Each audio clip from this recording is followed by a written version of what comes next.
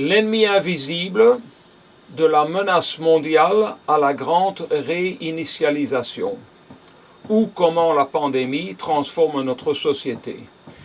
Et ce livre est écrit par Enrica Periuschetti, qui est une journaliste, écrivain, éditrice italienne, et Luca Doria, qui est un avocat pénaliste italien. Ce livre 4D contient aussi l'accès à 9 vidéos où vous verrez les auteurs. Le premier chapitre est écrit par Enrica qui parle du cybervirus. Alors on y couvre le fameux laboratoire à Wuhan qui, et je l'ignorais complètement, avait été construit par la France et les scientifiques chinois furent même formés en France. Maintenant, une fois que le projet était terminé, les Français ont été éjectés de Chine, alors que tout n'était pas encore testé, etc. Et les Américains qui ont commencé à financer une partie des projets à Wuhan. Alors, le narratif officiel des fameux marchés aux poissons avec le virus du Covid qui a démarré de là est assez peu crédible, j'avoue, en fonction de toutes les informations qui sont présentées dans le chapitre où l'auteur ne nous dit pas « bon, mais ça c'est la théorie parce que je n'en sais pas plus que vous, mais voilà les faits ».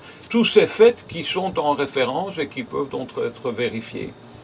Il est évident que les politiques mondiales se sont emparées de ce sujet de Covid, etc.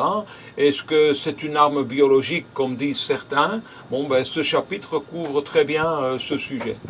Le chapitre 2 couvre la surveillance et le biopouvoir, est aussi écrit par Enrica, et qui explique comme la crise fut l'occasion d'un changement de contrôle de notre société.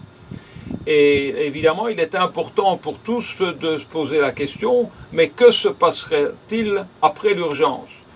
Quelles sont les conséquences de nos choix aujourd'hui? Troisième chapitre, aussi écrit par Enrica, c'est le paradigme de la peur.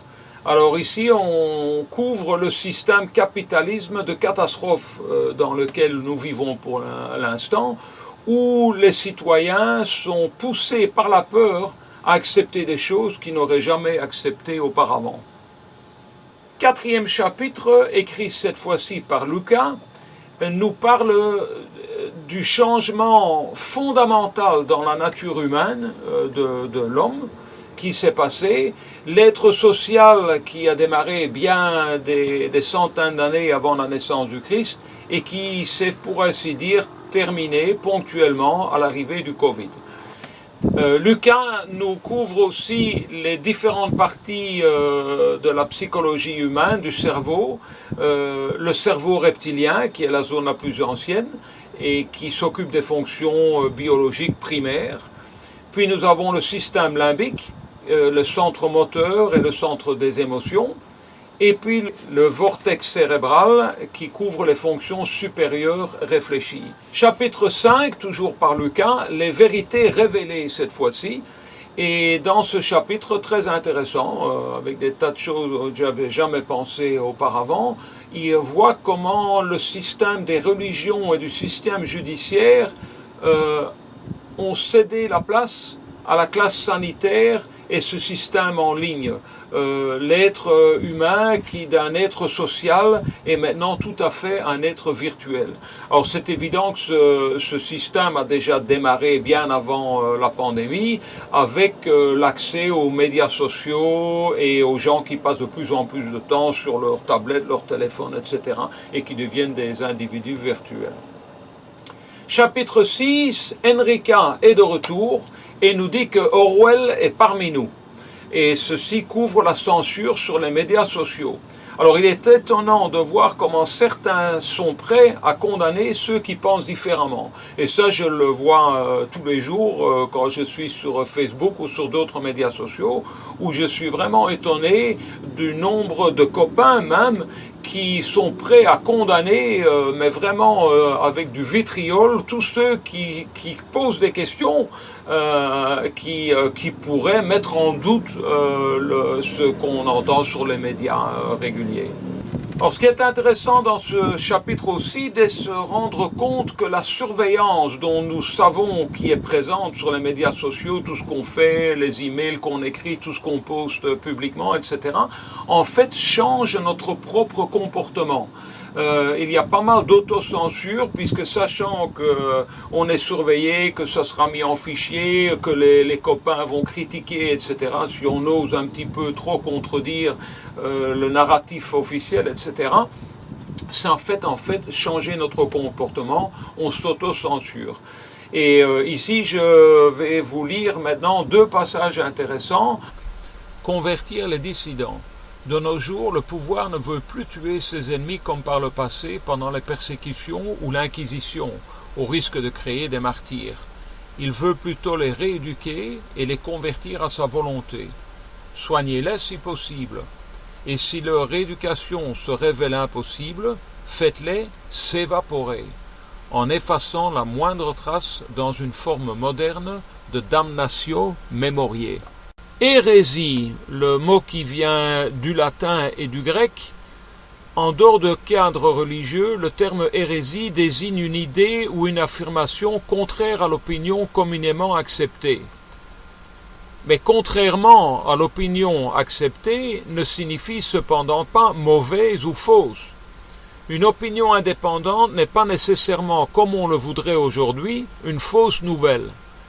L'autoritarisme sanitaire dans lequel nous vivons nous a conduit à consolider un nouveau culte d'État basé sur le biopouvoir et à adopter un catéchisme spécifique avec sa liturgie.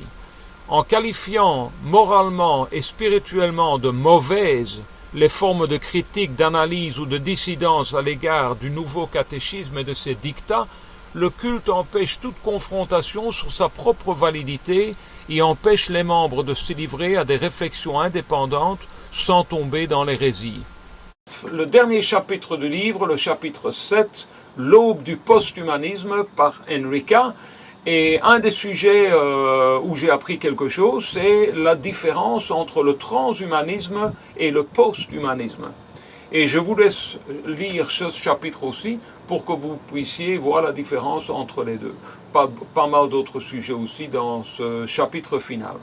Et puis n'oublions pas les 9 vidéos que vous pourrez accéder en ligne tout au long de ce livre ou à la fin du livre complet. Je suis content d'avoir lu ce livre parce que c'est vrai que depuis 2 ans, cette pandémie a changé notre monde, la réaction de la famille, des amis, etc. Nous sommes dans une époque absolument spéciale de l'histoire.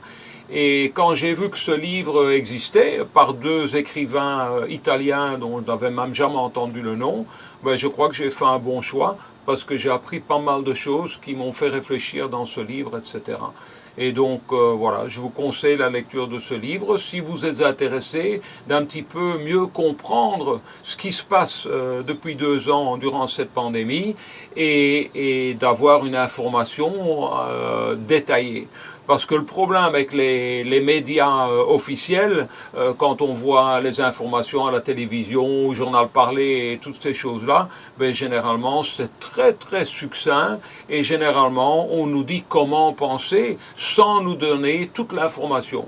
Et moi, ben, je suis intéressé de penser pour moi-même, j'aime bien voir tous les détails et ce livre est super parce qu'il nous donne toutes les références exactes, donc il n'y a pas besoin de croire les auteurs sur leurs mots, mais vous pouvez aller regarder toutes ces références et avoir beaucoup plus de détails évidemment que dans le livre. Mais ce livre, c'est un super bon résumé pour un petit peu mieux comprendre la situation actuelle que nous subissons tous sans avoir aucun choix. Mais nous avons le choix de nos opinions et de la façon dont nous ressentons les choses et aussi dans notre participation à ce qui se passe actuellement. Nous faisons partie de ceux qui décident le monde futur. Et donc c'est un sujet hyper important et je crois que c'est une erreur de vouloir l'ignorer et de suivre les médias et comme ça on ne se pose pas de questions. Je crois que c'est important de se poser des questions pour l'avenir de l'humanité, l'avenir des générations futures.